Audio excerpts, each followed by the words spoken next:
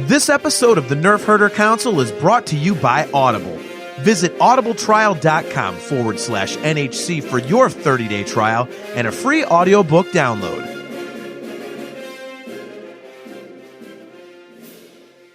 Hi, this is Joseph Williams, son of John Williams, and you are watching the Nerf Herder Council. Why, you stuck-up, half-witted, scruffy-looking Nerf herder! You can't use that word. Only we can use that word.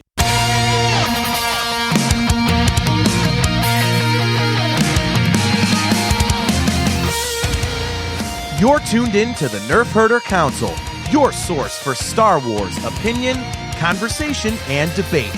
Featuring your hosts, JT. Stormtrooper armor deflects everything except Orback hooves. They're like a horse version of Thomas the Tank Engine. AJ. Yeah, Rebels is a lot like our show, where we think we have a good idea and then it just fails in execution.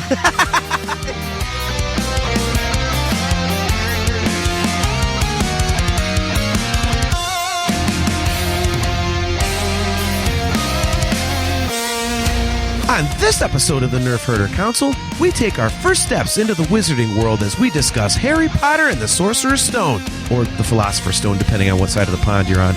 Both the book and the novel. This is the Nerf Herder Council.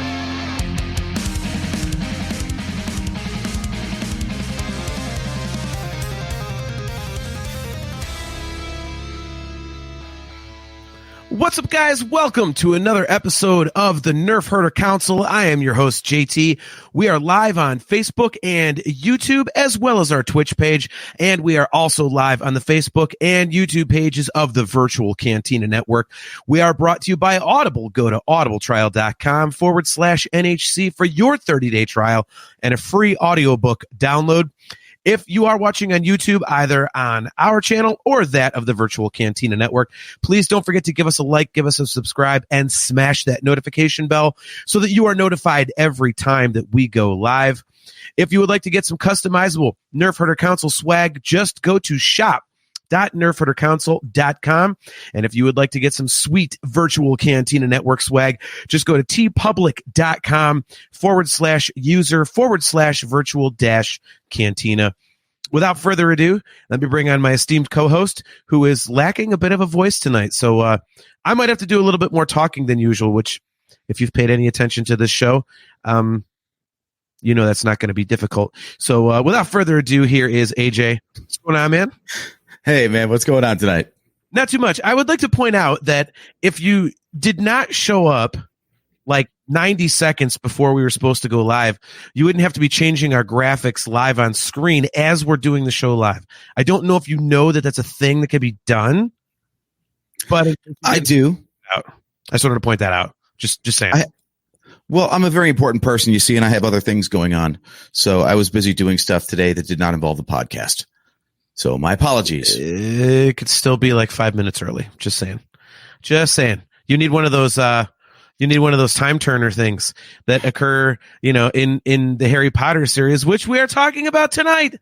Not that particular novel, but we are talking Harry Potter. I'll post a picture of me at King's Cross Station to our Twitter page. How about that? I don't think that'll help get the graphics on the screen at time. Well, that's the thing I'm busy with, okay? I have to get on a friggin' plane and, cross continents tomorrow. So, some things had to be handled first. It's okay. Here we go. I'm a manager. I get to fly overseas because I have a very good, well-paying job. And I'm very important. Look at me, all responsible. Why don't you just apparate, you dummy? It's a good thing you're not funny, because otherwise I'd laugh and have to start coughing. Man, that sucks. You hacked your voice all up right before having to go over to France. Oh, you're going to New York City, aren't you? First. Tomorrow I'm going to New York, yeah. Oh, man. I am so jealous of that trip. That is, you are hitting one of my bucket list locations, that being the 9/11 museum. I cannot wait to go see that. So have fun. Let me know how awesome it is.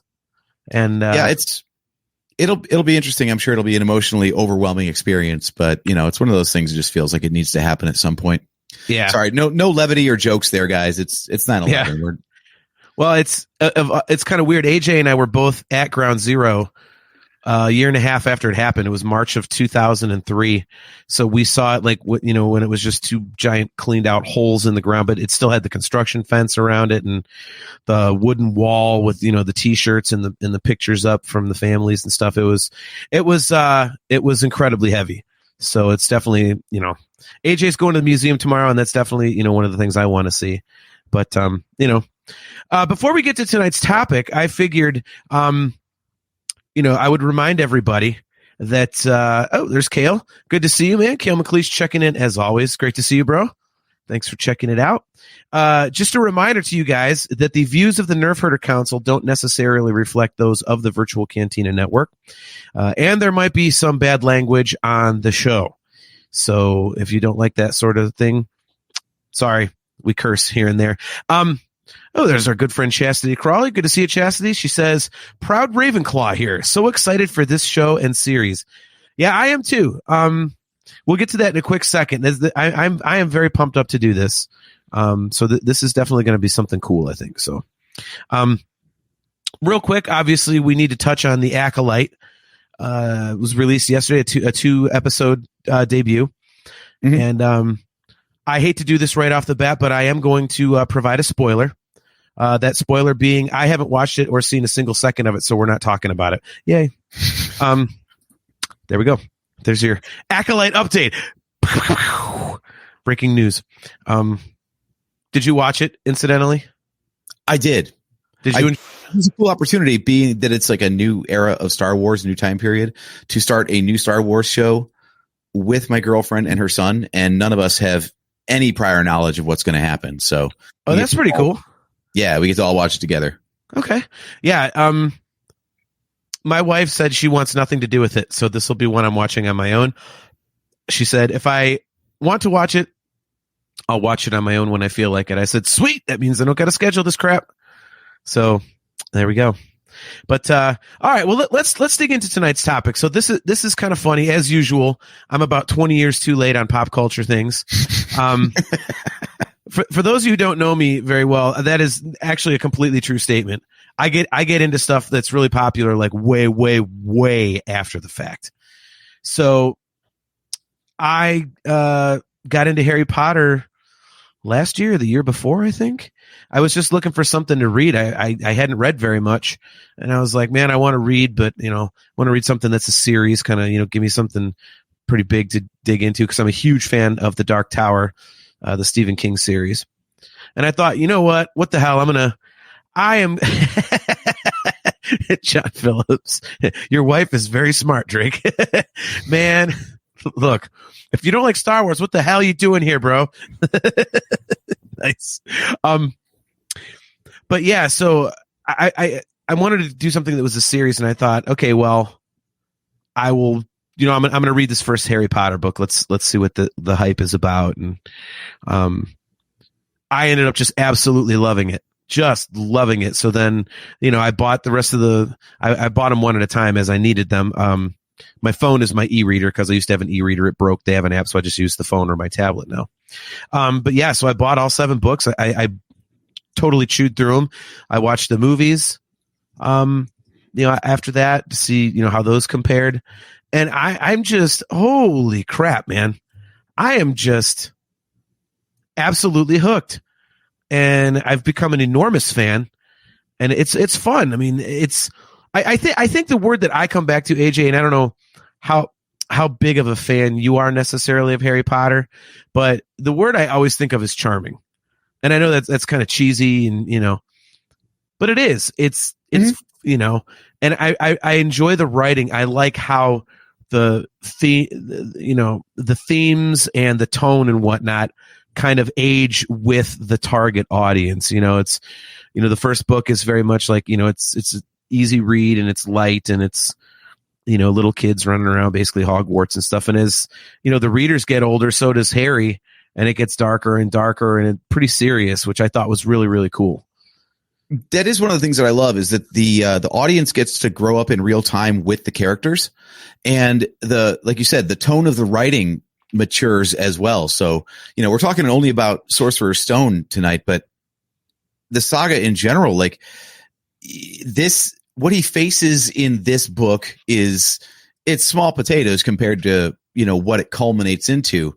So it's cool the way that the stakes keep ratcheting up year over year, and the maturity of the storytelling ratchets up year over year as the character matures year over year, as do the readers following along.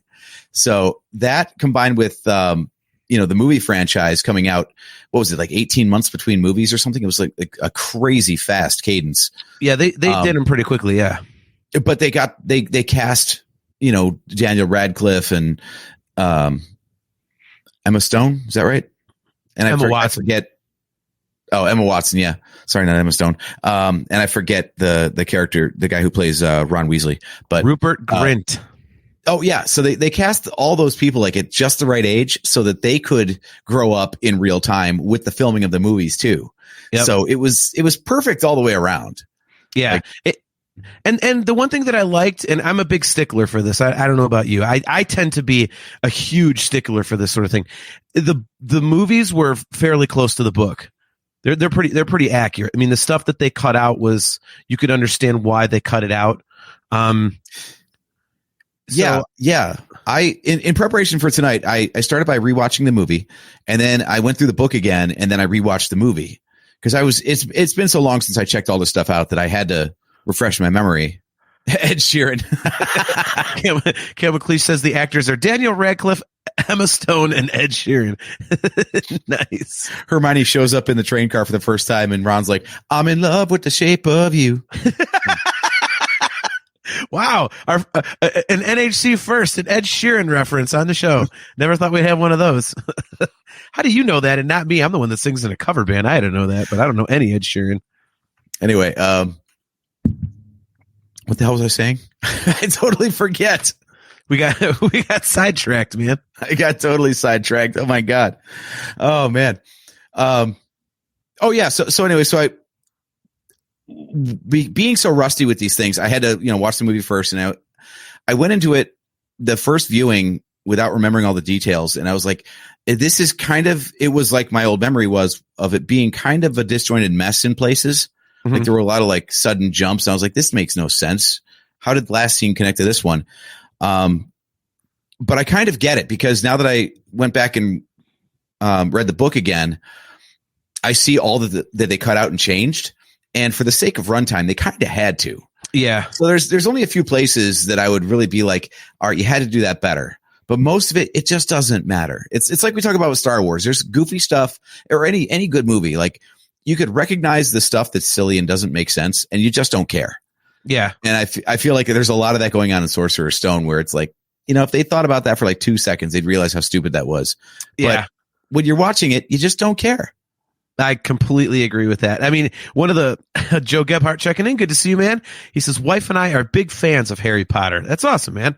Yeah. Like I say, I'm new to this, but I've devoured everything there is to devour pretty much. So, so my overriding question for the chat tonight is, if you're a fan or not of Harry Potter, I want to know why. Like being like an adopted fan, Star Wars, I get. You don't have to explain to me why Star Wars is awesome, but I like you, JT, I came into Harry Potter later, like after all the hype had died down, and I, met somebody who was so into Harry Potter. I was like, all right, well, you're into Harry Potter like I'm into Star Wars. I'll try this. Yeah. So I never really got it. And so I would love to know why people do or don't get into Harry Potter the same way people are like ride or die with Star Wars, Yeah. Real quick point on your previous thing, and then I can explain why, what grabbed me about it. But yeah, I mean, to your point about, things that are weird that might not work, but you don't care because you're having so much fun. I think a perfect example, and we won't belabor this too much, but there are certain plot points they have to jump to. Like, how did Harry and Ron and Hermione figure this out? And in the novel, they would, kind of go through the paces and, okay, here's how they figured it out. They, did their research and stuff like that, had their adventures. And in the movie, Hagrid would just blurt it out and go, shouldn't have told you that. Like, yeah. I was like, the way they explained it away, I was like, well, okay, I guess that works. And they had to make it work somehow. And, I think I read somewhere that the first cut of this movie was like 3 hours. So there are deleted scenes. Like, and I mean, you can't put an audience of young kids through a 3-hour movie. You just can't. I mean, it's already 2.5 with the credits, so, but, in terms of your question and as to why you like it, again, I use the word at the outset of the show. It's charming, but I think that it's emotionally very dense, and I like, and I mean that in terms of, it has like universal themes that are pretty common when you think about it. You've got Harry Potter as a hero, you've got the friendship, you've got the group, and it's universal, but just the way that it's played out and the way that it's described, I think is incredibly emotionally weighty. And I think, having them start out as kids in school, like everybody can relate to that. You know what I mean? Like, who didn't have like their band of, best friends in school, and you did everything with them and you became inseparable. And I think, that part of it adds to the standard, kind of classic tropes that go on in it. And it's just, it's a lot of fun. It's very fast moving. And, obviously, like I said, we're not talking about the other novels tonight, but even the biggest one, Goblet of Fire, it just moves. It takes you from place to place so quickly. And it's, again, it's awesome how the characters grow and the readers grow about the same age and pace and whatnot. And I like how the story flows that way. I think it's very interesting because it's not, like a serial where every chapter is just, they're on a new adventure. Like, no, it broadens the story. And you're building to this massive, massive climax at the end of Deathly Hallows. And, it's pretty cool. It's almost like, there's a storm cloud on the horizon and it keeps getting closer and closer to you as you read. And it's just a fascinating thing. And I always find myself just like emotionally drawn into these characters. They were just written so unbelievably well.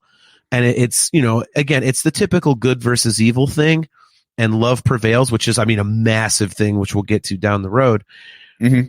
But I think it's done in like not a cheesy way. It's like, you really feel it, and it just really spoke to me in a way, and maybe it's because it's kind of nerdy, I suppose. And that's like our kind of thing, but I love it, so.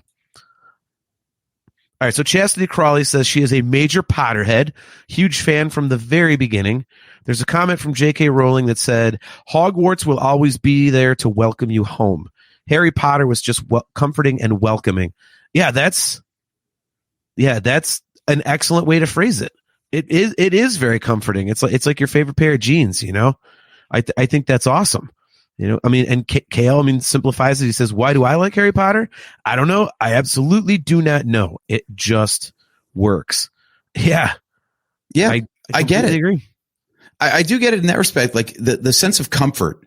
It's the closest thing I can equate it to is like, as a kid, you kind of have this boundless imagination where you just have this idea of like, well, why couldn't life be like this? Why couldn't this be the way the world works? And you can, make believe your way into believing that magic is a thing and that animals can talk and, all these other fantastical ideas. And then Harry Potter comes along and it's all here in this franchise. It's like J.K. Rowling actually said, yeah, let's make a world that's just like that. Let's pretend that like there's the sheen of the veneer of the real world where everything is boring, the Muggle world.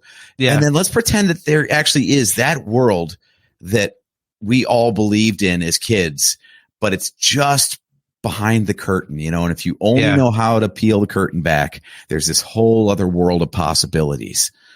And it's just fun to believe that that's a thing that could exist. Yeah. And magic. Oh, look at this, man. Chris Phillip, Mark Thrasher's brother. Good to see you, brother. He says, what's up, guys? Andrea would be all over this. Get her on, man. Get her on. Yeah, absolutely. You, brother. Hope all is well over there with you guys, man. Yeah, no, I completely agree. And magic is one of those concepts, I think, again, as a kid, you're, fascinated by clowns and magicians and all that stuff. And to have something where it's presented like it is reality, with all these interesting kind of things going on, I think works exceptionally well. Mm-hmm. I think it wasn't written in a cheesy fashion, because I think I know that for me, when I first heard about it, it was like, oh, you should read this story about wizards and witches and magic. I'm like, I'm not really interested in that stuff. And then I basically was like, hey, you know what? I haven't ever checked out Harry Potter. Let me read it. There's got to be something there, considering everybody in the world loves it, Mm-hmm.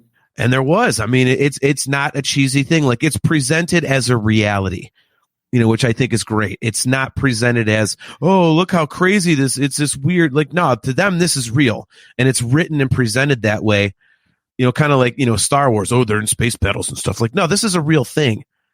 It's not all, goofy and fluffy and, I think you hit on it right there. Because the characters themselves actually give weight to everything that's going on. Like, even in the train car on the way to Hogwarts, when, Harry opens up the chocolate frog and he's got the trading card, and Dumbledore's gone, and he's like, what? He's gone. And Ron's like, well, you don't expect him to wait around all day, do you? Yeah, exactly. Like to the wizarding world, static photographs are weird and bizarre, and their world is just normal. That's the way life is. And the same way in return. So like, they don't stick out to the reader and be like, yeah, magic's awesome. Isn't it great and so different from what you know? They're like, just like, no, this is regular life for us. Yeah. There's that's nothing out of the ordinary about anything going on here. Yeah. Look at Kale.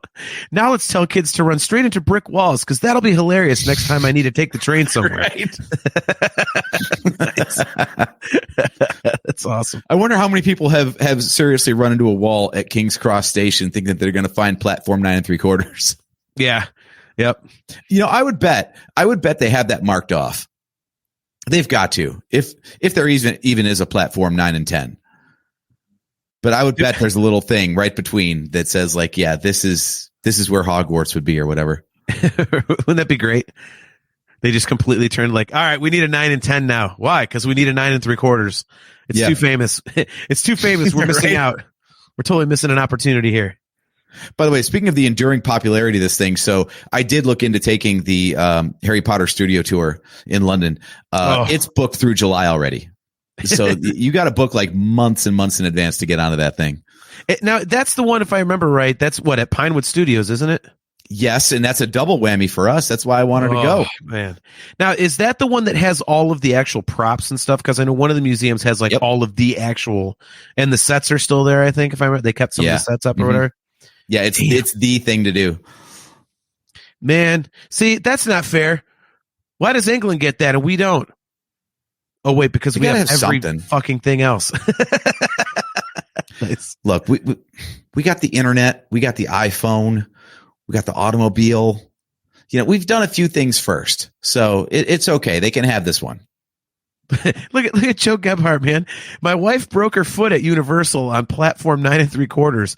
They had the illusion to make it look like you're going through the wall. I told her to run like the movies, and she ran straight into the wall. Oh my God. Oh, that's fantastic. Oh my God, that's awesome. So I think this is what Chastity's talking about. Did you know that's why they have the cart in the wall, since people were running into the actual wall? I feel like they should have I feel like they should have put a security camera up there and did what they did like when the Wii first came out and you had that website. We have a problem, and it was nothing but photos and videos of people breaking their TVs, letting go of the controller. They should have just done that and had like some website of dummies running into the wall. Not saying your wife's a dummy, Joe, but you know what I mean. Like, that would have been awesome. Like, can't actually go through the wall, bro. So yeah, for you, like I said, you were kind of like you said, you're an adopted fan. I mean, your ex-girlfriend was a huge Potter fan. And so you were, I wouldn't say into it per se. Cause here's the thing. I always thought you were really into it. And then when I brought it up this last December, when we were in Cincinnati for the Star Wars concert, you're like, I'm not that into it. I'm was like, what? I thought you were like all about it. And I felt bad like mentioning it, trying to talk to you about it. And so no, that was a different story, because that was one of those cases where some people are fans and they love to talk about it and they love to debate it. That's why we have a show. And there's other fans that love what they love and they do not want to talk about it. They don't want anyone to question anything about it. It's one of those, huh? Yeah, I was like, I'm kind of into this, but can you explain to me this part? Or I was like, I don't really buy this story beat. And she's like, you're sleeping on the couch tonight, dude. It's like, oh, okay. We don't talk about Harry Potter. Got it. So it was too serious and made it not as fun. Right. Exactly. Okay. Well, now that you've reread the first book, at least, do you think it's something that now that you don't have that kind of specter hanging over you, that you can actually have a discussion about it, that it might be more enjoyable for you now that you've kind of re-entered that world? Absolutely. I think at this point, actually, it's more fun because once you know the story beats, it's like any other good rewatch. Once you know what's coming, you can now kind of contextualize everything as you see the story unfold. Right. And that's exactly what happened even in this by bookending the book with the movie. The movie made some sense and was as mediocre as I first thought. And then I read the book and then I went back and watched the movie again. I'm like, you know what? The movie's better than I gave it credit for. Yeah. But it's interesting you say that, because when I first started getting into this, and I had just about finished the books, so I guess that's not when I first got into it, so that was a really stupid goddamn remark. But when I started watching the movies, should have phrased it that way first time. Have I done this before?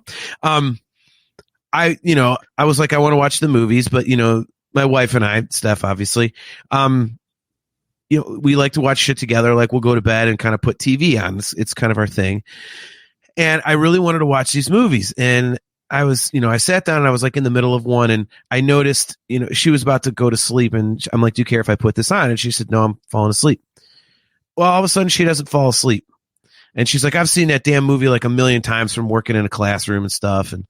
And so I noticed she wasn't going to sleep. It's a half hour later and she's wide awake. And I was like, are you enjoying this? She goes, actually, yeah, it's not as bad as I thought.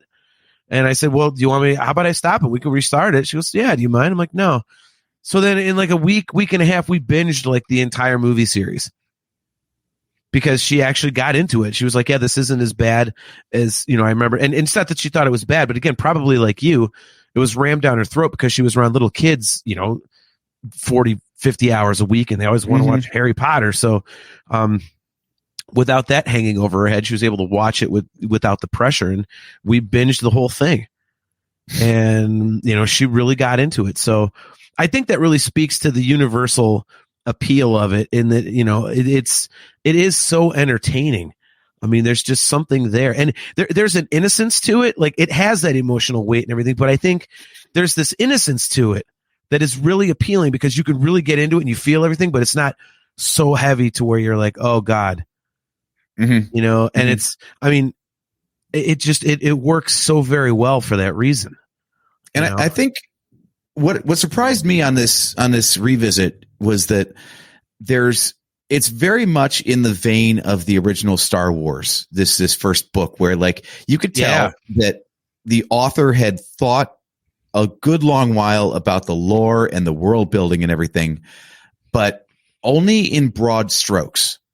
Like, had a very good handle on the characters and the world at large, but did not have every plot point detailed out to the letter. So as the story unfolds, it was just enough to give this particular slice of the story flavor.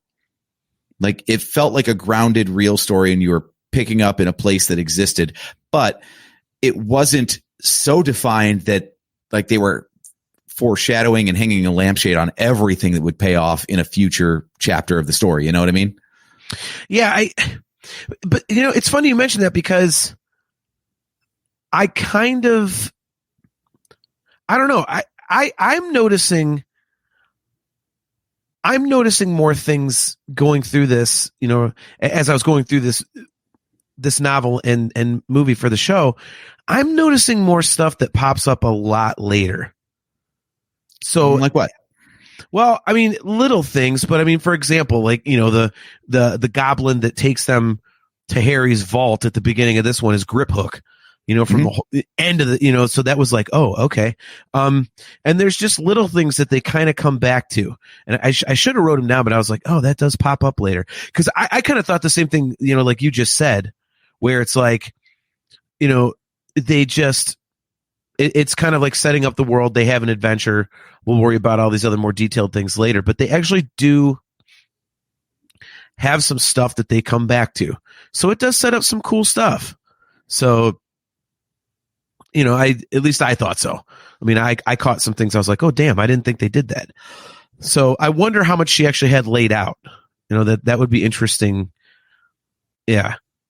Yeah. I don't know the backstory to that degree like we do with Star Wars. We're like, Neville, for example. Neville is just a bumbling idiot in this, and he has this like moment to shine because he tried to stand up to them, but he basically did nothing right in the whole story. Yeah. And when if you do know the way it all plays out towards the end and you get to Deathly Hallows, you're like, holy shit, it's Neville. Yeah. Like, right. Yeah. Like, wow, you have come a long way, my friend. Yep.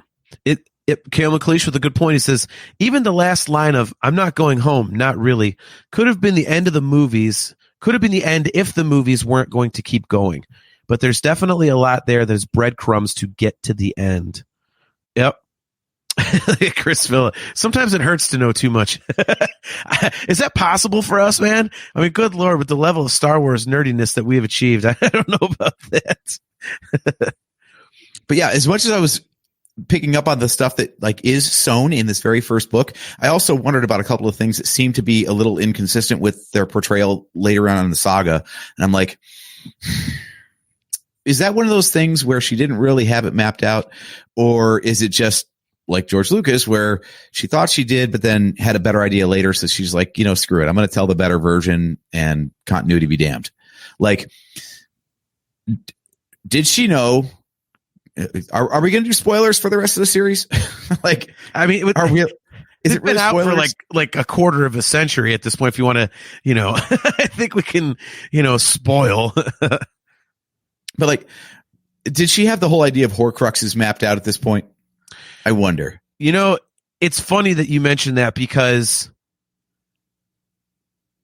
I would like to know that too, because obviously with, Voldemort surviving, he had to survive somehow. So did she say, well, he's survived, I'll figure it out later? Or did she know that down the road, like, oh, he's so evil that he split his soul and all that kind of crap? Like, it would be interesting to know if that was, if that was really where she was going with that. So yeah, one of my outstanding questions about that is like, all right, so did she have it in mind that Harry would be one of the Horcruxes? And if so, how does that fall in line with the plan to kill Harry? Like, is he going to go and destroy his own Horcrux? Does he know that? Well, actually, Voldemort never knew that Harry was a Horcrux, correct? I don't think so. That was the whole wrinkle at the end, was like, oh shit, I just killed myself by killing you. Yeah. Yeah. And the whole thing that like Dumbledore was prepping him, like through this whole story, Dumbledore's prepping him, and so he has an idea of what's going to pass in the future, but not, to a fullest degree. I wonder how much even J.K. Rowling knew what was going to pass in the future, or just knew that in general, Harry Potter would eventually have to face off and kill Voldemort. Well, Chastity says yes. She says that she did know and had them planned by Chamber of Secrets. Interesting. Well, I guess that doesn't really address like his dying supposedly or whatever, or going away at the end of Sorcerer's Stone. So, yeah. And Kale makes a good point. He says, well, the scar always hurt. That was the Horcrux part of it. See, I just thought that was part of the fact that, the guy who tried to kill him was nearby. Yeah, that's what I thought too. But I mean, it could be a Horcrux part of it. I mean, I could see that. I wouldn't, John Phillips says, I agree. She is a masterful planner.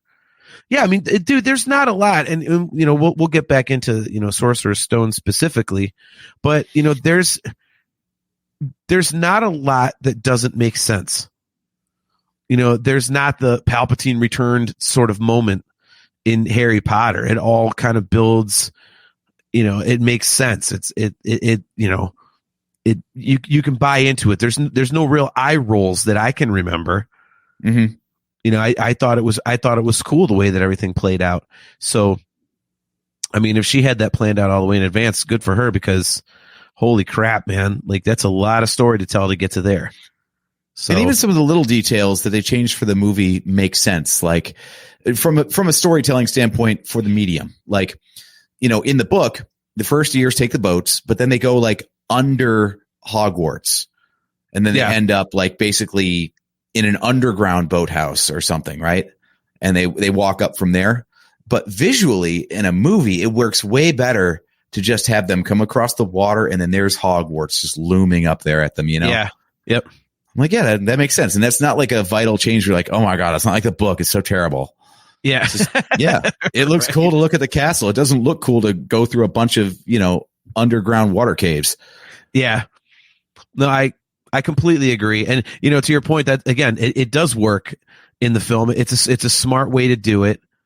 And, I have a website pulled up that's got all the changes and whatnot. And it's, I mean, there's a ton of differences according to this. And this is, from the Harry Potter wiki, but I mean, like we said earlier, it just works. The way that they changed it, or the way that they, the things that they omitted, I think worked really well. I mean, to be honest with you, there's only one change in the entirety of the whole series, film wise, that I thought was dumb. Hermione's white. One. Yeah, I know. That's not a change. Shut up. By the way, it's never stated one way or the other. So, yeah, well, it doesn't matter either. It was a joke to make. It's like, okay, like, because it's funny you mentioned that, because like in the when I first saw the movies, I was like, they made Dean Thomas a black guy, and then when I reread the book, I went, oh shit, I never paid attention to that. He is a black guy. Like, I never, like certain things. But do we know that Cho Chang is Asian? There was some stereotypical shit in there, wasn't there? Yeah. I mean, this is the same time period that Neimoidians, sounded like they did. So, yeah. Okay. So it was a different time. Let's discuss that. So you and I talked about this offline. So the first movie, I believe, was 2001, which would put this right, when they're doing post-production and all that stuff. Cam McLeish. No, Cho Chang is Scottish. Did you notice that? In the one movie, she's got the Scottish accent. I was like, I'm so confused. Wow. Yeah. I haven't gotten that far yet. I'm sorry. Yeah. Cam McLeish says, my only question to this day is, how did we get from Voldemort being a face on the back of someone's head to being a messed up fetus in Goblet? Quirrell more or less exploded. Yeah. And Chastity is like, this is great, man. Chastity is a Harry Potter podcast. She says, Kale, his soul was just using Quirrell as a temporary vessel. When the gray spirit flies away, that is Voldemort. Mm-hmm. All right, there we go. But yeah, so we're talking about like post-production for this movie is in what, like 2000, maybe 2001. So you're talking about right at the time of episodes 1 and 2. And, we said that some of the special effects, some of the CGI in this movie could be a little better.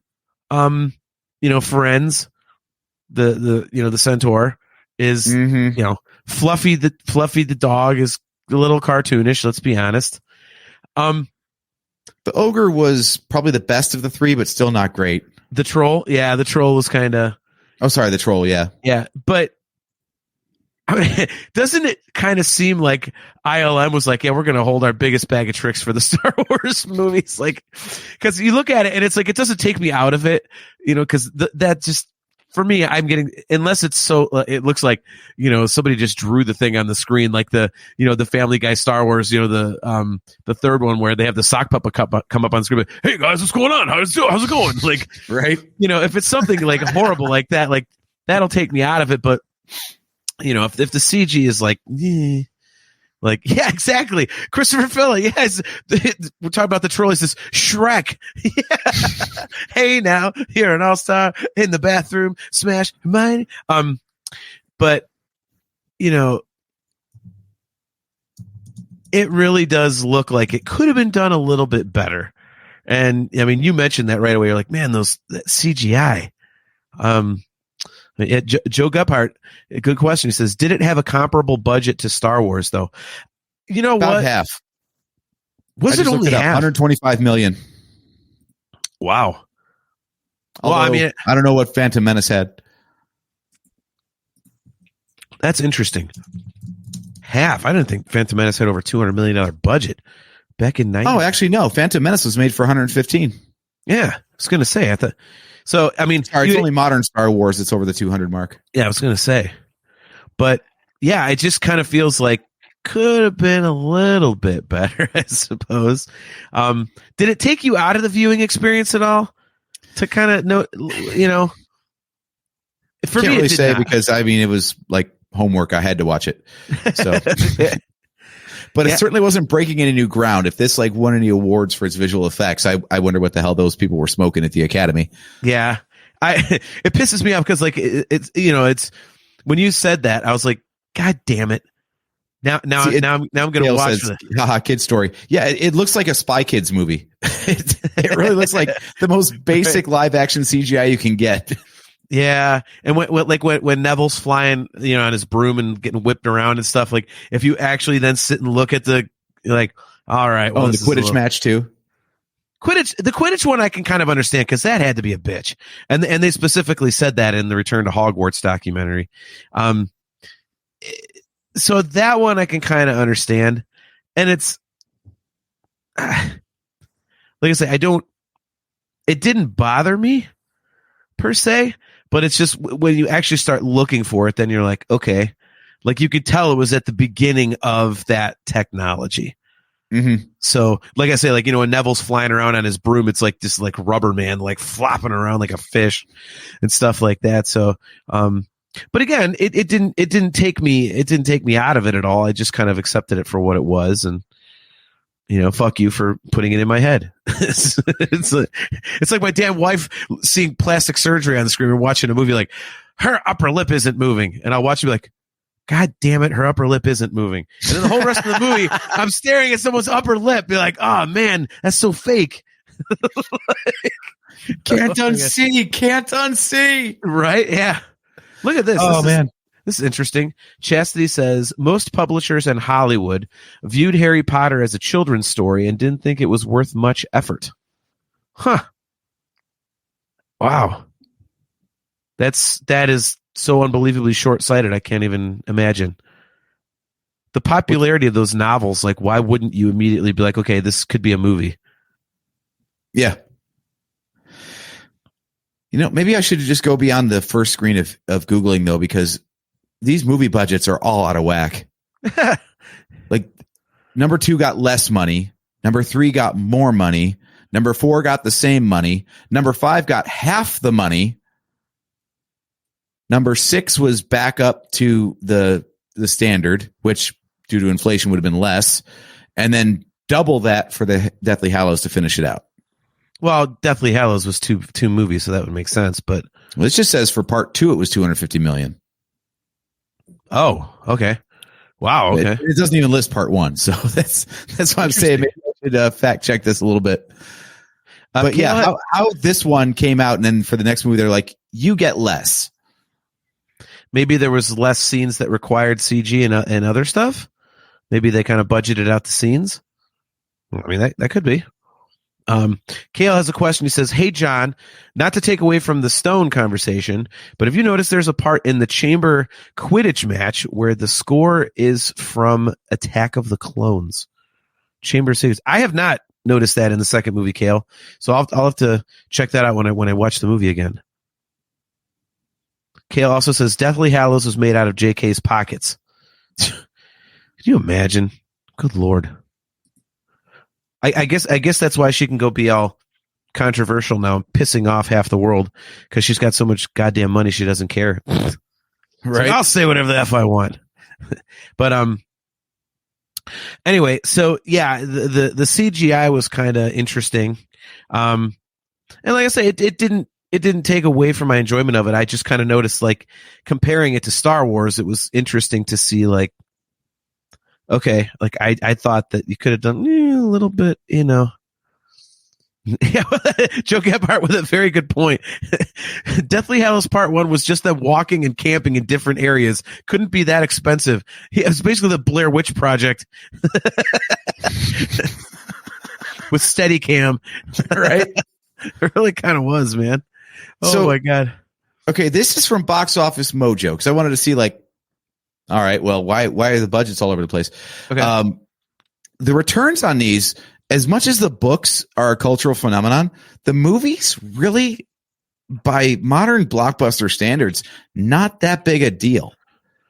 Really? Harry Potter and the Sorcerer's Stone, lifetime gross, $317 million. Wow. Okay. Yeah. And the highest grossing Harry Potter movie of all time, Harry Potter and the Deathly Hallows Part 2, $381 million. So they made their money back, but not by much. That's got to be wrong, man. There is no way that the end of the Harry Potter series made as much as, like, the first or middle parts. There's no way. Yeah, I don't know. But what a crazy clip for movies, though. So you had November of 2001, then you had November of 2002, then June of 2004, November of 2005. So they first they were coming out year after year, and then they went to every 18 months. That is an insane production schedule.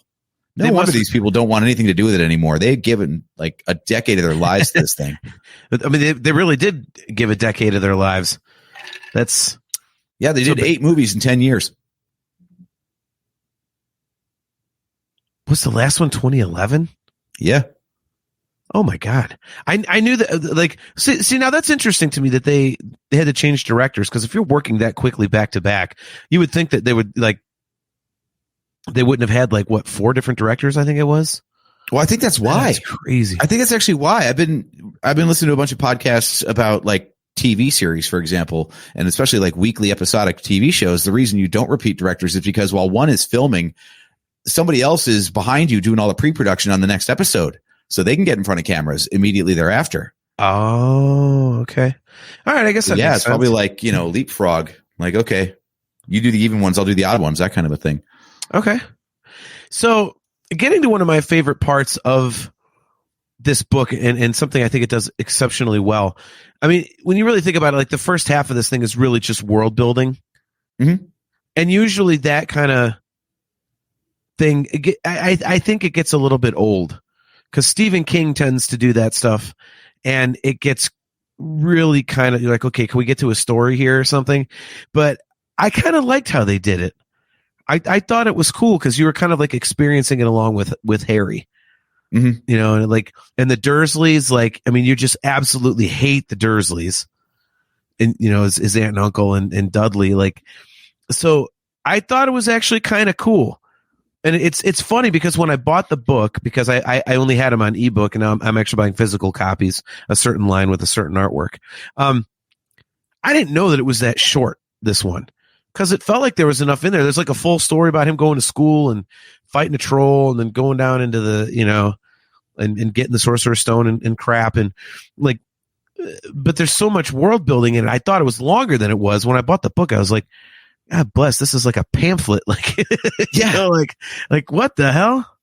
Yeah. And I had the same experience. Like, I read it on Audible. You know, go to audibletrial.com/NHC for your free trial and a 30-day audiobook download. But anyway, yeah, it's like 8.5 hours. It's by far the shortest book. Yeah. I think once you get into like Deathly Hallows, they're like 20+ hours or something like that. Yeah, it's crazy. It's a slog. And yeah, I kept on like double checking the runtime. I was just into like halfway through the school year, for example. So usually that's the midpoint of a book. Yeah. But forgetting that there's all the buildup before he even goes to Hogwarts, it said there's like an hour and 45 minutes left. And I'm like, that can't be right. There's no way. Right. And yeah, they got through like the rest of the semester, and they, you know, fought off Voldemort and Squirrel. And I was like, okay.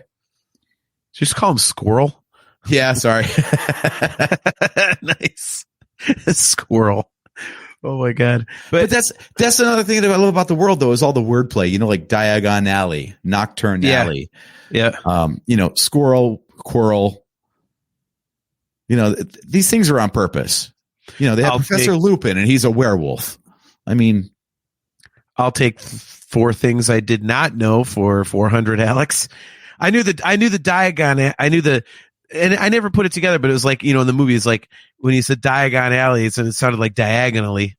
And so that's why he effed up the flu powder thing. But man, I never even put that together. And I should have known that because, like in Star Wars, like, Darth Vader, Invader, Darth Insidious. Like, it's like, oh my gosh. That's wow. Okay. The things you learn. So I get educated on my own show. Good Lord. I love what the chat's doing right now, though. This is great. Okay. Kale so we were talking about the 10-year production cycle on these movies, and Kale says that would mess the kid up. And Chastity completely misread it, I guess. Said, Kale, what? Said the work schedule. Well, you'd be crotchety too if you lived with a Horcrux for 11 years. Think about how Ron reacted when he wore one for a few hours. That's awesome. But this is a take that I do agree with from Kale. Yeah, but Ron is an asshat. Even before that, he was turning into a douche. Yeah. I mean, Ron is supposed to be the dullard of the group, but he's easily a third place in the big 3 of this franchise for me. Oh God, don't ask me to rank them. I think that's one of the other reasons that I like the story is that it's like I root for all 3 of them equally. It's not like Star Wars where there's a clear pecking order for me in the big 3. It's clearly for me Han, then Luke, then Leia. With Harry Potter, I don't have that. It's like I'm rooting for all of them, and I thought I think that's why the ending works so well. Is that each of them has this cool thing that they do to get to where Harry has to go get the stone. Yes. And I think that was my only bummer about the film is that, I thought that the potion riddle was really, really cool in the book. So yeah. And I do like the way that played out in the book better, where every professor had their own charm. Yes. Chris Villa. I root for her Heine. What the fuck, man? Oh my God, look at Baltimore classing the place up. And it's not offensive because he didn't say who's Heine, so that's true. She might be drinking a beer. Yeah, but yeah, like I completely agree with you where each of the professors had their own, hey, you got to get past my trap thing. Mm-hmm. I thought that was really, really cool. And I like the fact that because of who Harry is and his background, he's going to be the main attraction. But they really don't make Ron and Hermione out to just be nothing but like bumbling sidekicks. They're not just his buddies tagging along on his adventure. Like they play a very important role, especially, Hermione. Like there's a lot of times I'm like, man, I kind of think like Hermione's like a kind of better than Harry. Like, you know what I mean? Like she knows all the stuff out a lot. Yeah. But they also have an awesome line in the movie where she says, books and cleverness, there's more to being a good wizard than that. So they specifically address the fact that like, yeah, Harry's brave and he's got balls of steel and everything. And, Ron is, sacrificing himself in the wizard's chess match and everything. But yeah, so she says like, there's more to it than what I do. Like, yeah, I know all the answers and I know all the spells and curses and jinxes and stuff like that, but there's more to it. And I thought that was awesome how they kind of balanced that out to where it's much more of a teamwork thing, even though Harry's the focal point. I like the whole teamwork thing. Oh, speaking of changes for the movie, by the way, that I think didn't play out as well. Did I miss something, or did they just not really have a good explanation for why Hermione was crying in the bathroom in the movie? Because she heard Ron making fun of her. That was the whole like it's no wonder she doesn't have any friends. He's like, God Leviosa. So he was, Okay. she's a nightmare. Right. So yeah, so she was crying in the bathroom because of that. So okay, yeah, they did it. They did a better job in the book, but okay, that makes sense. It was so brief. I actually overlooked that in both viewings. Yeah, they don't. I mean, there's certain things that they kind of put up there on the screen in the films. So you just kind of have to just accept that this, she's in the bathroom. Like, oh my God, like in the book, okay, she was crying, she was hurt. In the movie, you don't know if she's just fucking dropping the biggest shit you ever heard. She, the feast like totally ran through her guts, too much Halloween candy or whatever, and she's just blowing it up in there. You know what I mean?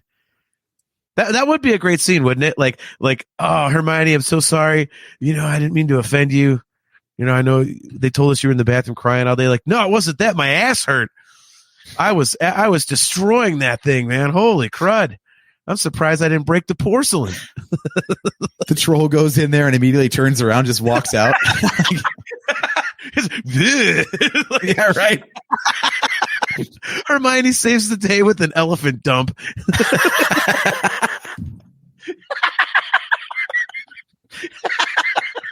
That's how they get past Fluffy too. They box it up and they bring it with them. They're slinging turds at this giant 3-headed dog. Todd like, nope. Hagrid's like, I'm out. Yeah, exactly. Hagrid's like, the only way to get around Fluffy is with music. And they go down the trapdoor and they're like, boy, that asshole don't know nothing. Music. Did you pick up on that part? A lot of it. John Williams is the friggin' Harry Potter theme is apparently what they call diegetic, meaning it happens in universe. Wait, what? What do you mean? Hagrid was playing the Harry Potter theme. Oh, that. Yes. Uh-huh.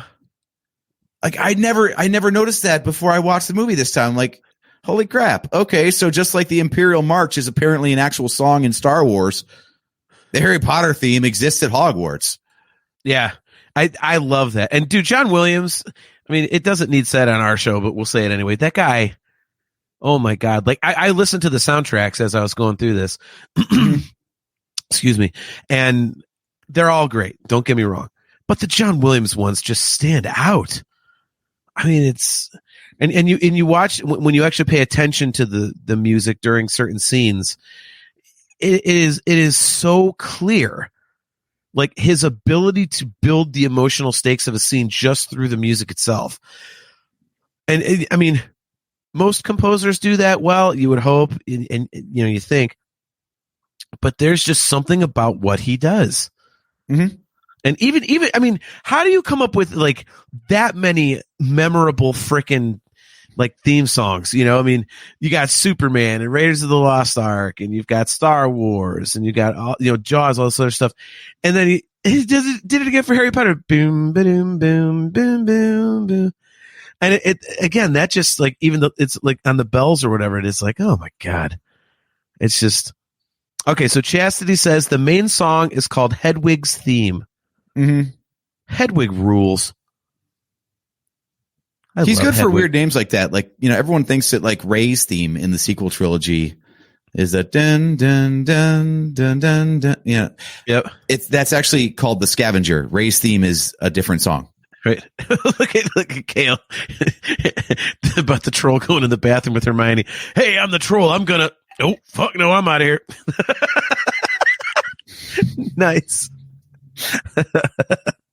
Now, would Hermione's dump scare off even Moaning Myrtle? We'll save that for our Chamber of Secrets deep dive. I choose to believe that actually that's how Moaning Myrtle died in the first place. That's what Bagel Syncope. Yeah, she pulled an Elvis. She died on the shitter. That's why she's in the bathroom. What the hell is that? You're the idiot that told me this medical term, and I can't even believe it. This was a couple years ago now, but you're like, hey, did you know that there's a medical term for if you push too hard on the toilet? And I was like, what? Yeah. like how the hell vasovagal syncope.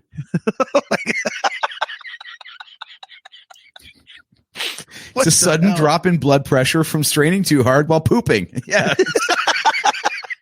So you're saying Moaning Myrtle died of vasovagal? That's why she was moaning.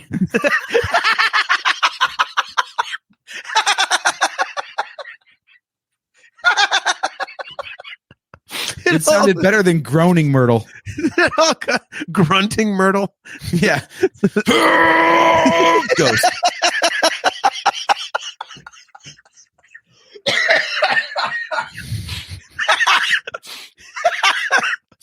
God damn it, you're going to make me blow my voice out. I got to sing 4 hours on Saturday. Oh, my God. We were doing so well. We were insightful and... Oh, my God. As soon as they wrote a bathroom into the plot of the second movie, come on now. You know what's going there. Well, actually, there's 2 movies in a row where bathrooms became involved. So blame JK. That's okay. But we'll get to that in Chamber of Secrets. But yeah, so Kale makes a good point, or Chastity, excuse me, makes a great point up here. Back to the teamwork thing. She says, Harry Potter is sort of a secondary character in his own story. Yeah, and I don't know if he's secondary necessarily, Chastity, but again, I think what really makes this series work is that, the 3 main characters do kind of balance responsibility throughout. And not only that, but the secondary characters, even though there's not a lot of them, especially in the movies, but they're still like really they're interesting and likable. Like, I mean, who doesn't love Neville Longbottom, Seamus Finnegan is interesting. Dean, you have all these like secondary characters that pop in and out, but they're intriguing and they're at least like they're cool.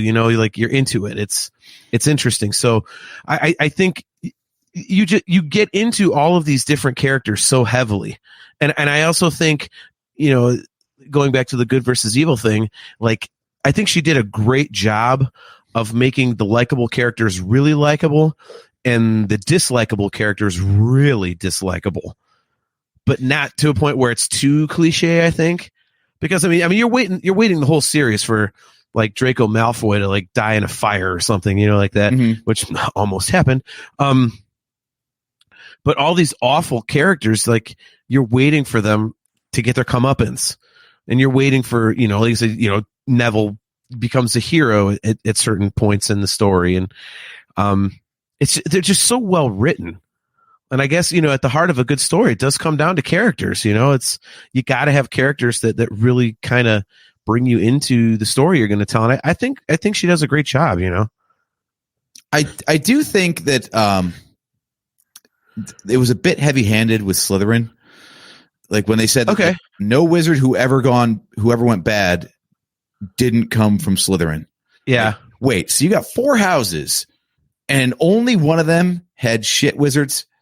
Like all the bad guys came from one house. Why is that still a house? Like, yeah. Get rid of that. Well, and that's one of the things that the movie kind of did differently that I think they shouldn't have, is that in the book it says, most, or many of the witches and wizards that go bad came from Slytherin. Kind of like where, in the movie it says, well, if you catch the snitch, we win. Like that's not technically true. You get 150 points. So mathematically it's very difficult not to win if, you catch the snitch, but right. It ends, but if you're down by 160. Well, you lost. Yeah, exactly. So, I think they should have phrased it that way. I think it was a little too black and white with those 2 descriptions, to your point. But spoiler for a future show, but yes, Dolores Umbridge again. Oh name, God! But yeah. If you could just smack a hoe, What a horrible term. Isn't that a river? The Smackahoe River. Right. Yeah, no, that is a perfect example. It's I don't know. It's just so well written. We'll get to some characters in the Chamber of Secrets when we get there, but it's again, it's so easy to invest in the characters and therefore in the story. There's nothing that's like an eye roll. It all makes sense. And again, I think it's because it's serious. Even little things like you said in the movie where, Hagrid's playing the theme on his little flute, like that means, okay, that's not just a movie soundtrack. It's like actual Wizarding World music. Like that's just a brilliant idea. and it makes it that much more grounded, I think. So, yeah, Chastity's all over this in the chat. We're keeping it to Sorcerer's Stone, but boy, she knows her stuff about who's in what house, and right. she's in like book 5, 6, 7. She's all over this stuff. She did say she was, as soon as we announced this, she was ready for it because she's a huge Potter fan. So, oh yeah, oh yeah, absolutely. I feel bad. I've suckered her into both of my podcasts. She wastes all this time once a week on my dumb ass, like, and all the stupid crap I have to say. Well, I did want to go back to the point. Sorry, about Harry being a secondary character in his own story. Sure. I think in this first one, he very much is, actually. Like, they make a good point of, and I feel like that's good. You know, we don't want the whole Mary Sue problem of, like, he walks into the wizarding world knowing nothing and all of a sudden he's the best wizard ever, you know? So the fact that he's kind of trash and has a whole bunch of help from other people makes sense, especially with the arc of things where it's like, okay, yeah, you need some extra help here. You don't know what's going on, but you will be important. So we need to help you get there. Yeah. So yeah, Ron does the chess thing and Hermione knows all the spells and the history and whatnot. And Dumbledore gives him the invisibility cloak, you know, and Hagrid helps him out. Like, all these different people come to his aid. So he's where he needs to be to fulfill his purpose in the story. Yeah. I think that's really cool. Like, so as we follow him, he's the point of view for us, but it's not like we just see him being awesome over and over and over and over and over again. Yeah. No, and I love that. I think it broadens the scope of the story and the world building. Yeah, it really does point out that it takes everybody, not just Harry. Yeah. And I think that kind of adds stakes to the whole thing because again, I kind of liken it to the whole Anakin Skywalker. Look at Chastity. It's very well played. JT AJ, on a scale of 1 to 10, my Harry Potter obsession is 9 3/4. But yeah, I kind of liken it to the whole Anakin turning to Darth Vader, the way that they handled it in the prequels. Like, it wasn't, we've said on the show before, it wasn't, he's a snotty little kid in episode 1, then he's a dickhead teenager in episode 2, then in episode 3, all of a sudden he's the world's biggest bad guy. No, there was reasoning for it. It's like, he did it for love. It was like out of pure emotion. There was a purity to it. It was a cool thing.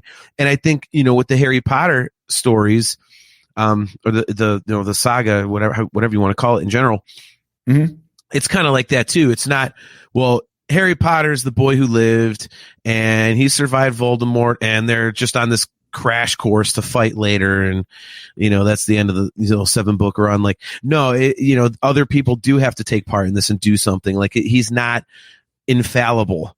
And so it kind of, you kind of wonder at points like, okay, well, isn't Voldemort like more powerful than this guy? Like, how is he going to defeat him? Like, it keeps that shred of doubt because you do have other people that he needs help from, which I thought was really, really cool.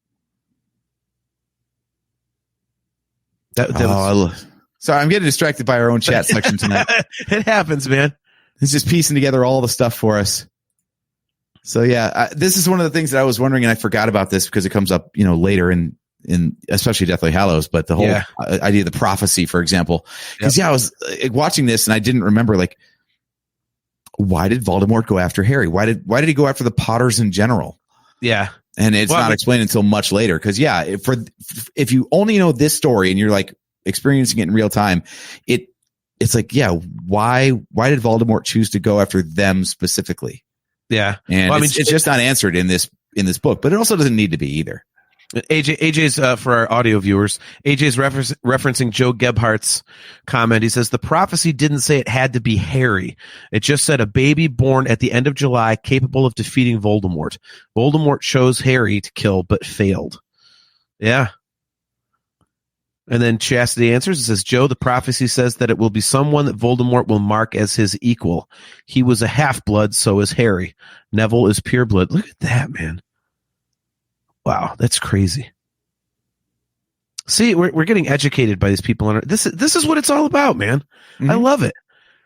See, we're not the heroes of our own show. Like, it's like it's the Nerf Herder Council with JT and AJ, but it's like we're the Harry Potter, and then we've got like, Chastity is obviously our Hermione. We've got Kale and Joe as our, our Ron. Yeah, I'm a mudblood at best. Maybe pure muggle. Yep. I unfortunately am too. But yeah, so, like I said, I think, where the heck were we before we, you were talking about the prophecy. Yeah. I don't know. I lost my train of thought. So let's move on. Not the Dream Theater album. I figured I'd mention that for Dream Theater people. Oh yeah. Actually, I think that's a better term. Chris Vila says, I'm a squib. Yeah, I think I am too. Yeah. It is a good term. Although I do like Mudblood, and I do like, Mudblood, and I do like Muggle, and so, but yeah, I mean, we'll wrap up here pretty soon, but I mean, it's such an enjoyable story, and it was easy for me to see why people got into it so much. Reading the first book, it was like, okay, that was just a lot of fun. And it definitely is something where you're like, okay, I gotta get more of this. So knowing how it blew up, in terms of, the literary side of things, because obviously they came out before the movies, it's not difficult to see. It's an easy read, but it's not, I think it's a very universal writing style. And what I mean by that is it's generally a story for kids, I think, but it's written in such a way that adults can get into it. It definitely crosses, age barriers because of different factors. And I think that's pretty brilliant.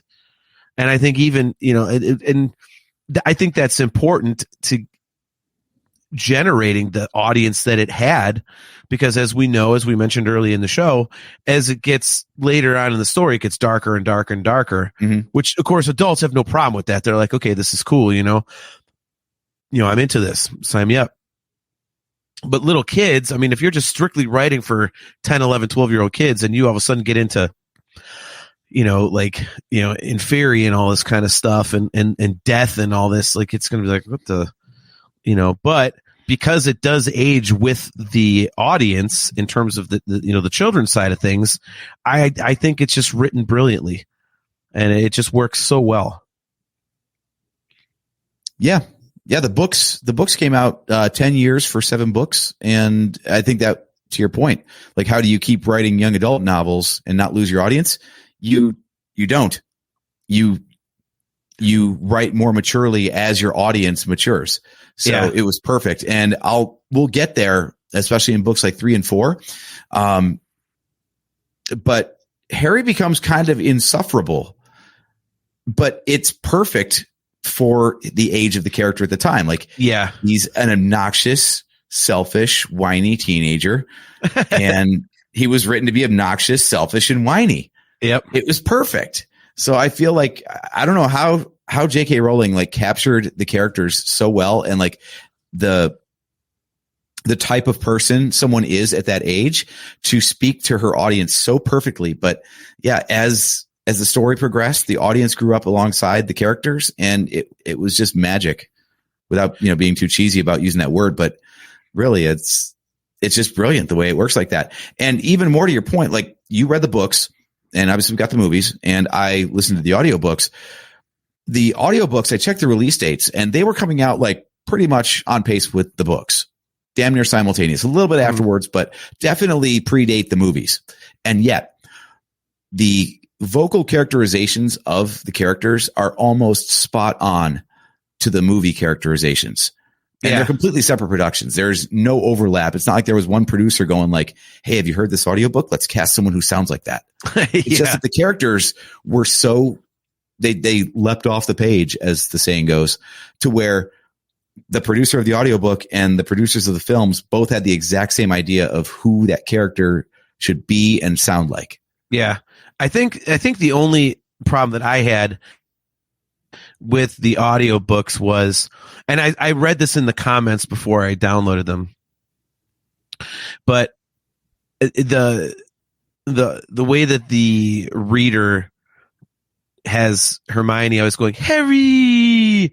Like, that's really the only thing that I was kind of like, yeah, I don't know. That and people complained about that in the comments. I was like, is that really a thing? And it was. I was like, okay, I can see why people would be pissed off at that, but I thought they were great. I think they had. I mean, and that's a third thing. When you listen to the audiobooks, because I did that too. I would be reading one novel and listening to the audiobook of like one of the previous ones I had read. So I was really kind of like multitasking within the Potterverse. So it was it was kind of interesting. I mean, I really like went into the deep end. As soon as I read the first one, I was like, well, I'm hooked now. And it's kind of cool because I'm like, hell yeah, dude, I got 6 more books to go and 8 movies, and now I can do the audiobooks, and like I was just all about it, man. Wow. Yeah. And sadly, a spoiler for future Harry Potter franchise projects. Fantastic Beasts is not as good. Yeah, not as good by a long shot. I've heard a lot of people don't really dig that. Chastity, let us know in the chat if you like the Fantastic Beasts movies. I mean, crap, dude. Those movies are based off of books that are compendiums. Really, it's kind of it's basically like, I would say, I don't want to say it's like The Hobbit compared to The Lord of the Rings, because I thought the Hobbit movies were largely pretty cool. Is. But the third Hobbit movie was completely pointless, because that was based on, it's wrong terminology, but addendum. It kind of didn't exist in a way. They just made a third movie to get a trilogy out of it and make the money. It's like, what the hell is this? So with the Battle of the Five Armies, I think it's called. Yep. No, it's basically the same thing. Yeah. They're like, okay, we need more story. What do we do? Let's take some supplemental material from the main story and try to see if there's a movie out of that. Yeah, that was just like squeezing blood from a stone. It's like, okay, I see what you're doing. Yeah. Let's make some more money off of Harry Potter. Like, okay, like, let's do that. So, yeah, I actually have had no desire to even watch those, just because when I got to the end of, I forget which book it was, but when it said also from the Wizarding World, look at these books. And I was like, oh, I wonder if there's like behind the scenes or anything like that. And I saw like, Fantastic Beasts and Where to Find Them, Fantastic Beasts in the, I'm like, wait a minute. Like, and then I looked up what those books were, and it was like, it's literally like a textbook. It's like, oh, this is and they mentioned, well, then how are they making a movie out of a textbook? I was like, okay, that is a little too obvious of a cash grab to me. There's no story in a textbook. So I was like, I don't want to see this. So I know we're trying to wrap this up, but I did have one more question that ties in slightly to Fantastic Beasts. So I wanted to ask this basically to Chastity. If this is a Chastity Crawley show, right? Harry Potter and the Chastity Crawley. The whole Sorcerer's Stone thing, the crux of this entire first book. Why does it come up now in the timeline? Like, this thing has existed for God knows how long. Nicholas Flamel is 600 plus years old. And yet the very first year that Harry Potter shows up at Hogwarts, all of a sudden, now the Sorcerer's Stone is going to be attempted to be stolen, and it has to be housed at Hogwarts. And like, it's just a lot of stuff that happens to coincide with Harry's first year at the school. Well, I just, the way that I kind of look at that is, Voldemort knows that Harry is going to be going to Hogwarts. So all of a sudden, Harry, instead of just being some muggle for what he thinks, or so he thinks, he's going to be going to Hogwarts, and he's going to become a formidable threat. So if he wants to come back, he needs to eliminate Harry Potter. And to do that, he needs this Sorcerer's Stone. That's the way that I looked at it. He's been formless since he attempted to kill Harry when he was 1. So that for 10 years, Voldemort's been floating out there trying to figure out what the hell to do next. And then just like at this exact moment when Harry goes to Hogwarts, that's when he's like, oh yeah, the Sorcerer's Stone. Let's try to steal that from Gringotts.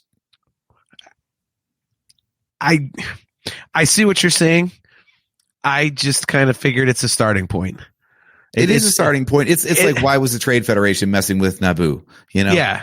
Well, I mean, it's one of those questions that like really nitpicky people have to have an answer to. It's like, dude, because that's where she started writing the goddamn thing. Okay, like, it's like it does not have to be explained. Every little nitpicky stupid thing does not have to always be explained.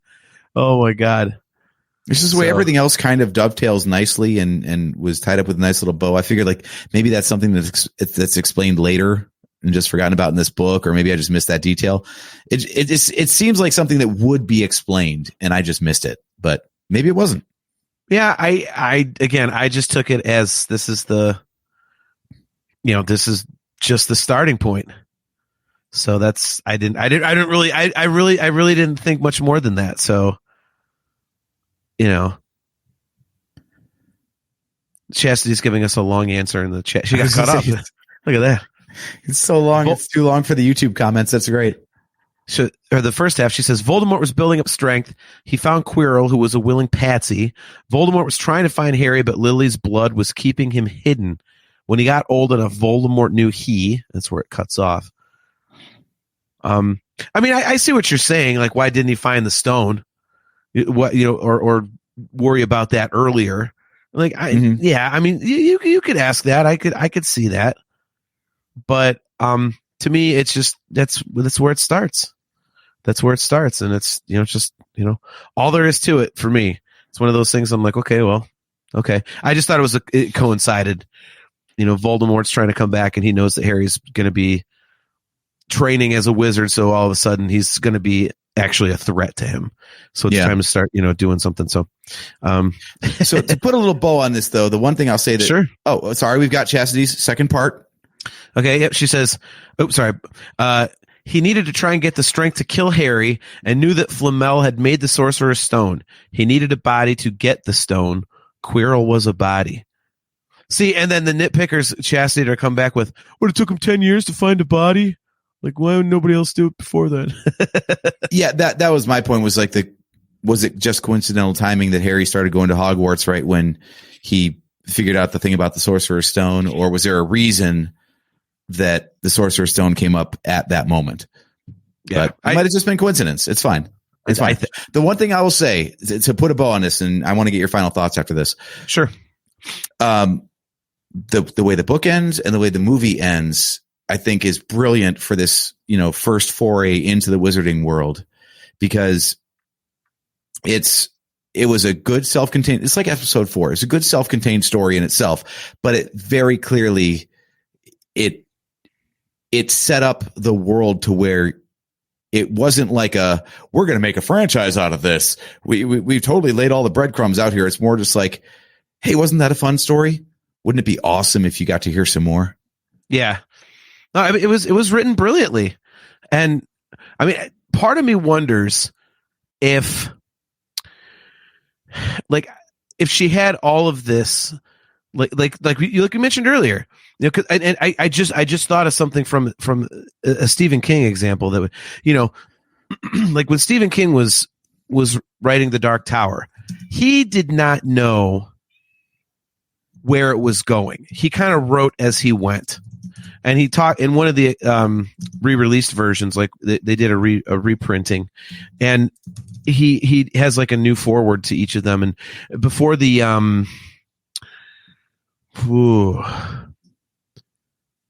I believe it's before the 4th book, he says that the 3rd one ends on a cliffhanger,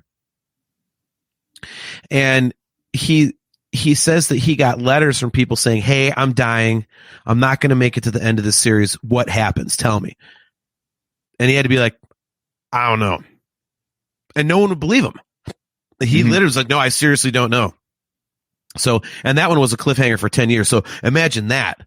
You imagine, like, I mean, holy shit. But the other thing that makes me think of this is like with her writing is that in one of Stephen King's books, I believe it's Bag of Bones. I haven't read some of these in a long time, but I'm almost positive it's Bag of Bones.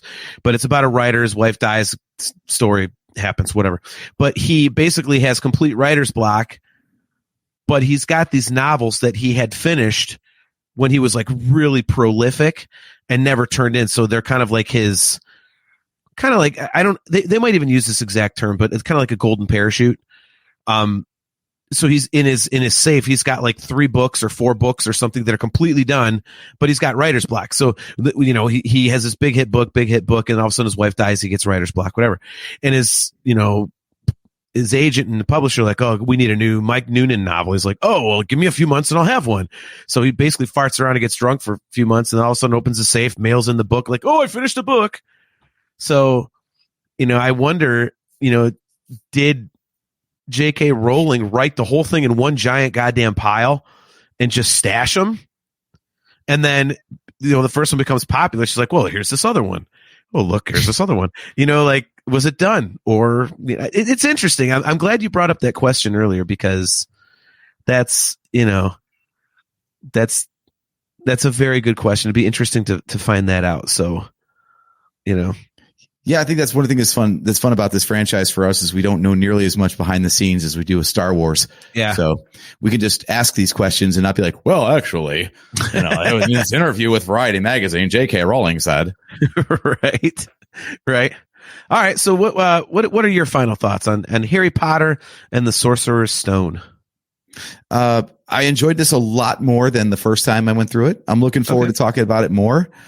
I'm not sure exactly when that's going to happen, unfortunately, but we've only got so many shows in the lineup, right?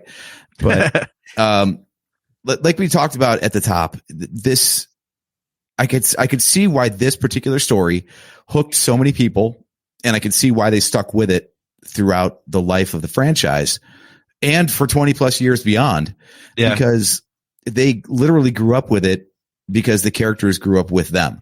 Mm-hmm. And it was brilliant. She hit on a concept that everyone wants to believe in. Unless you're a Dursley about it, you want to believe in magic.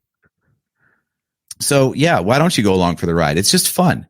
It's good fun. And then the more your worldview opens up and, darkens to a degree because you're more of an adult, the story matured with you.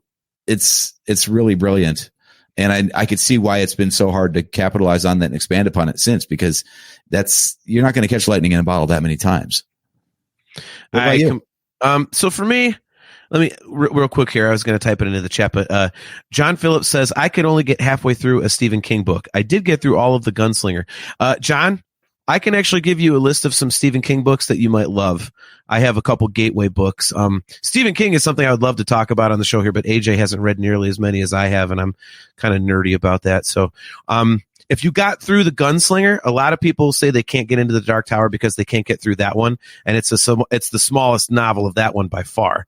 It's almost a novella, really. If you can get through that, I definitely have some books that you would really like of his. But there's for sure Stephen King books that are difficult. So yeah, my final thoughts on the Sorcerer's Stone. I agree with you. It's easy to see why it's so popular. And yeah, it is. It's just fun. But I go back to my initial comment, and for some reason, this word has stuck with me in relation to the Harry Potter stuff since I very first started getting into it. And the word is charming.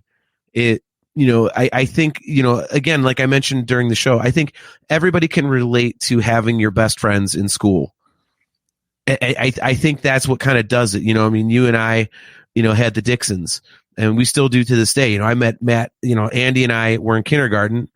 We were 5 years old. His younger brother, Matt, was 3, and we are best friends to this day. I was, at their weddings and everything. And so when you can relate to something like that, I think it's very powerful, obviously. And again, I think it takes all of these, I hate to use this word, but cliche type of things, friendship and bravery and all this stuff like that. But I think it does it in such an interesting and emotionally gripping way that it really kind of makes it feel a little bit different. And there's just something about the emotional weight to everything, as I discussed. The bad characters seem really bad. You really want to root against them. The good characters are really good. You want to root for them. And I think that's powerful writing. It isn't the typical, okay, Harry Potter's the good guy. He's got his dumb friends helping him, and he's just on a crash course to fight Voldemort. everybody plays a part, even to the point where, Neville Longbottom is the one that gets him to win the House Cup, at the end of this one, because, he stood up to his friends and said, no, you're going to get us in trouble again. And, so even little things like that. So I just think that to kind of paraphrase one of the, like a historian that was in the Empire of Dreams documentary, the Star Wars one, they're trying to talk about like the appeal of Star Wars, and the guy he goes through all these different specific reasons. He says, but also it's just really fun to watch Star Wars. It's just really fun, and to your point, yeah, that's exactly what Harry Potter is. It's just a lot of fun. It's a really good time. It's an interesting story. It's relatable, and it makes you feel like a kid again. It makes you feel young at heart to read this stuff. But it's not so young at heart type of thing where you feel like you're in a Disney movie. You're not like in a Goofy cartoon or something. It spans multiple generations in terms of the thematic stuff and the writing. So I just think it's a total blast, and I think it was written so incredibly well, and it grabbed me right off the bat. And hey, got its hooks in me, so I'm a case study in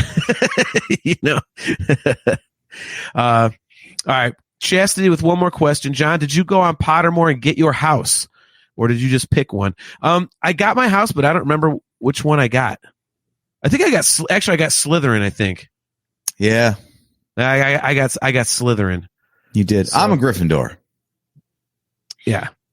Which is weird. If anyone's going to be the bad guy of the two of us, come on. Hello. Yeah, that's what I thought too. That's what I thought too. Oh my God. So, all right. Well, before what did your Patronus end up being? You went and did that one too. I didn't do that. It was a wombat. A wombat. I'm just kidding. Okay. I don't remember what it was. I don't remember what it was. That's probably one of the answers. I don't know. Yeah, I'll look that up real quick. While I'm looking up my Patronus, why don't you tell these beautiful people what's coming up on the Virtual Cantina Network? Well, that I can certainly do. Well, I know it's Acolyte Week. We're all Star Wars nerds here, but we just spent a whole hour and a half talking about Harry Potter. But if you are not a Harry Potter fan and you want to go talking more Star Wars, then we have the VCN Watch Along. They're going to be watching episodes 1 and 2 of The Acolyte tomorrow. That's Thursday, June 6th, 9:30 Eastern, 6:30 Pacific. And then on Friday, the Acolyte After Show, which is also covering episodes 1 and 2. That is Friday, June 7th. That is 3 a.m. Eastern, 12 midnight Pacific. So that is, and I had to clarify on this. I'm sure someone from the DCN will clarify if I'm actually wrong, but I think what that actually means is that is actually Thursday night into Friday. So 9:30 tomorrow night, you get to watch the shows in real time with the hosts. And then 5.5 hours, actually 3.5 hours later, after the shows finish up, the after show comes on and you get to talk about it. So that's not 3 a.m. into Saturday morning. That's 3 a.m. on Friday, June 7th, Eastern time. That's 3 a.m. They must be lonely. Oh, sorry. Right. And then the Unifying Force has a new episode out on Sunday, June 9th. So if you're not done with your Star Wars fix, you can tune into the Virtual Cantina Network, and they go live at 11 a.m. Eastern and 8 a.m. Pacific on Sunday morning. Probably talking more Acolyte and other connections to the larger force with that. Now, what is your Patronus? You're muted, dude. Thank you. It is a Manx cat. Oh, that's right. That was weird. A Manx cat specifically. Yes, it was interesting. So not Crookshanks. Got it. No, not Crookshanks. No, and not Mrs. Filch. No, no. Sorry, Mrs. Norris. Mrs. Norris. There you go. Yeah. So yeah, I'm Slytherin, and I'm a Manx cat, and I forget what my wand was. I didn't look, but in any case, if you guys want to do that, it's actually really fun. It's interactive graphics and stuff like that. It's at pottermore.com. It's a good time. So I want to sign up with a different email address, see if I get a different house. But we made that sweet avatar for me, so I don't want to ruin that. So, that's right. Forgot about that. Yeah. But Anyway, all right, yeah. guys. Well, that's going to do it for another episode of the Nerf Herder Council. Thank you guys for checking in. We appreciate you guys. Everybody in the chat, Kale McLeish, good friend Chastity Crawley, who basically is our Harry Potter expert in there. We had Joe Gephardt, John Phillips. Thank you guys for checking it out. Hopefully, we'll see you guys again. We are going to be back. Oh, our good buddy Chris Villa. How did I forget him? Says, great show, fellas. Love you guys. May the force be with you. P.S. Star Wars better than Harry Potter. Nice. Yeah, love you too, Oh, yes, man. I do remember that, John, you had a very flexible wand on Pottermore. Yes, I have a flexible wand. Yes, but yeah, love you too, Chris. We'll see you soon, man. So tell Andrea and the kids we say, hey, what's up? So we are going to be right back here in 2 weeks. The date is going to be Wednesday, June 19th at 8 p.m. Eastern Standard Time. We will pick a topic and post that. But Wednesday, There's June. a good chance there'll be more Acolyte talk. Yes, there's a good chance there might be, because we'll have 4 episodes at that point then, or will it be 5? 4. Yeah, 4. Okay, 3. So 3. I'm watching an awesome Monty Python documentary on Netflix right now. But anyway, Yes, it is a federal holiday. Thank you, Josh Toomey, in the chat. Yes, it is. See, Toomey, unlike other lazy podcasters like yourself, we actually work on holidays. So, shots fired. It's always good when you take a shot at a guy that's got like 10,000 times more downloads than you do. Yeah. The jealousy was dripping from my comment. But Him just being in the chat is going to add a 0 to our listen count. it is. Right at the end. Oh my God, we just got 60 live viewers because Toomey's in it. It's probably could happen too. But yeah, so we'll be right back here on Wednesday, June 19th at 8 p.m. Eastern Standard Time. Thank you guys for tuning in. We appreciate it. If you are watching on YouTube, either our channel or that of the Virtual Cantina Network, please give us a like and a subscribe. Smash that notification bell. If you're not subscribed to both, subscribe to both. There's a lot of great stuff on both channels. We are brought to you by Audible. Go to audibletrial.com/NHC for your 30-day trial and a free audiobook download. And for those of you guys who are into Harry Potter and have not checked out the audiobooks, you can actually get the Sorcerer's Stone as your free book. It's a great listen, so check that out. If you would like to get customizable Nerf Herder Council swag, go to shop.nerfherdercouncil.com. And if you would like to get virtual Cantina Network swag, simply go to tpublic.com/user/virtual-cantina. So, AJ, before we go, travel safe. You will be going to New York City tomorrow for a layover, so you'll be going to the 9/11 Museum. Don't forget to, not that you will, but let me know how awesome it is. That's a bucket list visit for me. And travel safe over in Europe, man. Have a good trip. Have a productive trip. And I love you. And I'm sure we'll talk at some point, in the next week and a half. Yep. And don't go talking any Crystal Skull while I'm gone, okay? I'm going to do another episode. Why the Crystal Skull Rules Part 2. Sean Faust, where are you? So, thanks again, guys. Appreciate it. I am your host, JT, at Dog Pound Jedi. He is AJ. At Drake Adams, 579. And we will catch you guys next time.